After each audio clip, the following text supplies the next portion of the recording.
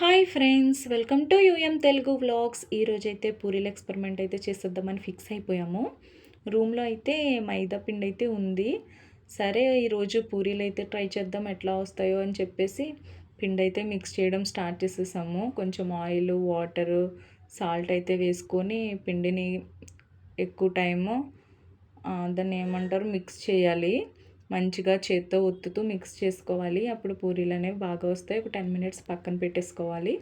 ఆ తర్వాత ఆ పిండిని చిన్న చిన్న ఉండలుగా అయితే చేసుకొని చేత్తో ఒత్తుతూ పూరీలు అయితే చేసాము.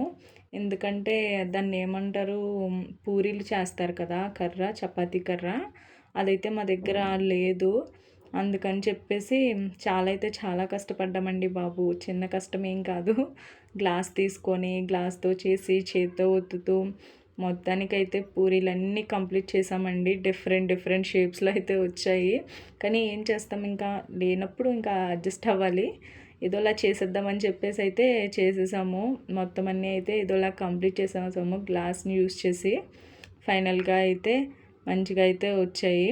చూసారు కదా, ఇట్లానే చేసాము. పూరీలు కూడా ఇదిగోండి ఇలా అయితే వచ్చాయి. చిన్న చిన్న సైజెస్లోనే చేసాము. ఆ తర్వాత కుక్కర్లో కొంచెం ఆయిల్ వేసుకుని అది బాగా హీట్ అయిన తర్వాత పూరీ అయితే అందులో వేసేసాము. మంచిగా పొంగిందండి. పూరీ అయితే చాలా బాగా వచ్చింది. ఎట్లా వస్తుందా అనుకున్నాము. మంచిగా అయితే పొంగింది. చూసారు కదా, మంచిగా పూరీలు అయితే వచ్చాయి. కానీ ఇంక టేస్ట్ ఎట్లా ఉంటుందో చూడాలి. ఇదిలా ఫైనల్గా అయితే కంప్లీట్ చేసేసాం. సక్సెస్ఫుల్ అయిపోయింది. ఇంకా పూరీలు కూడా చాలా మెత్తగా వచ్చినాయి. పూరీల్లోకి పల్లీ చట్నీ కూడా ప్రిపేర్ చేసేసాము. టేస్ట్ కూడా చాలా బాగుంది. మేము భయపడినట్టుగా ఏమీ ఎక్స్పెరిమెంట్ అయితే ఫెయిల్ అవ్వలేదు, సక్సెస్ఫుల్ అయింది. Thank you friends. Please like, share and subscribe to my channel.